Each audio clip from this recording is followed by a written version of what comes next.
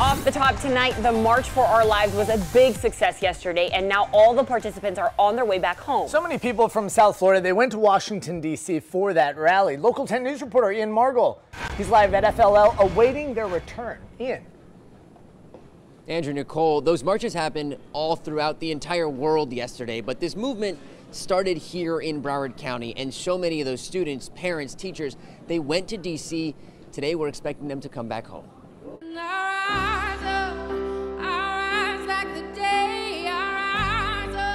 From Washington, D.C.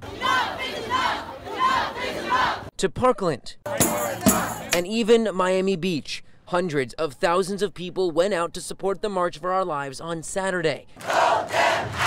The rallies and marches all honored the 17 people killed at Marjory Stoneman Douglas last month, while also calling for increased gun safety and school security regulations. We should never have to be scared in our schools.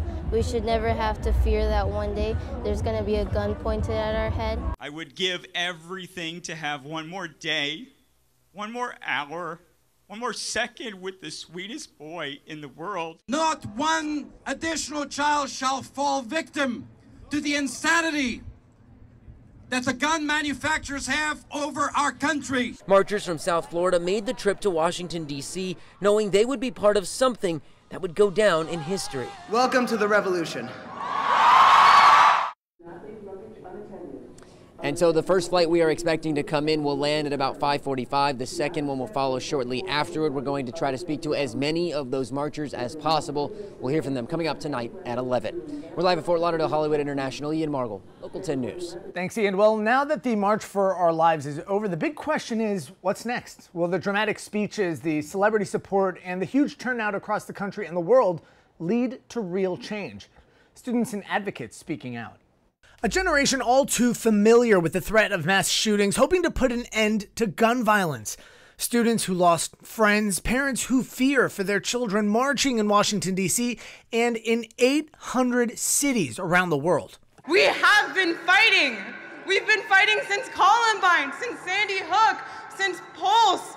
Mark Kelly, whose wife, Arizona Congresswoman Gabby Giffords, was injured in 2011 when a gunman opened fire on the crowd at a campaign event, believes these students who organized the event could bring about change, but says it won't be easy. I would warn them not to get discouraged. You know, this is often 2 steps forward and 1 step back. They have a plan, and this is not the last you're going to see of these kids. Martha Raddatz sat down with some students in Tucson, 2 of them classmates of Christina Taylor Greene, the 9-year-old shot and killed at that Giffords campaign event. It took me a while just to have a sense of security and safety. I knew immediately that we needed to do something to show Christina and her family that we care. Many hoping yesterday's event marks the beginning of a political movement. If you look at the voter turnout for our age, it's embarrassing. So the fact that this movement has so many people realizing that it's important to get out to the polls is what I think is one of the best things we've accomplished. This is led by the youth, and it is led for the youth.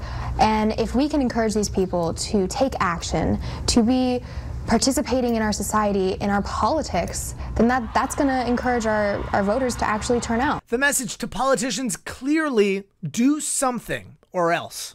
And many students from MSD say their goal now is to get American citizens mobilized and registered to vote.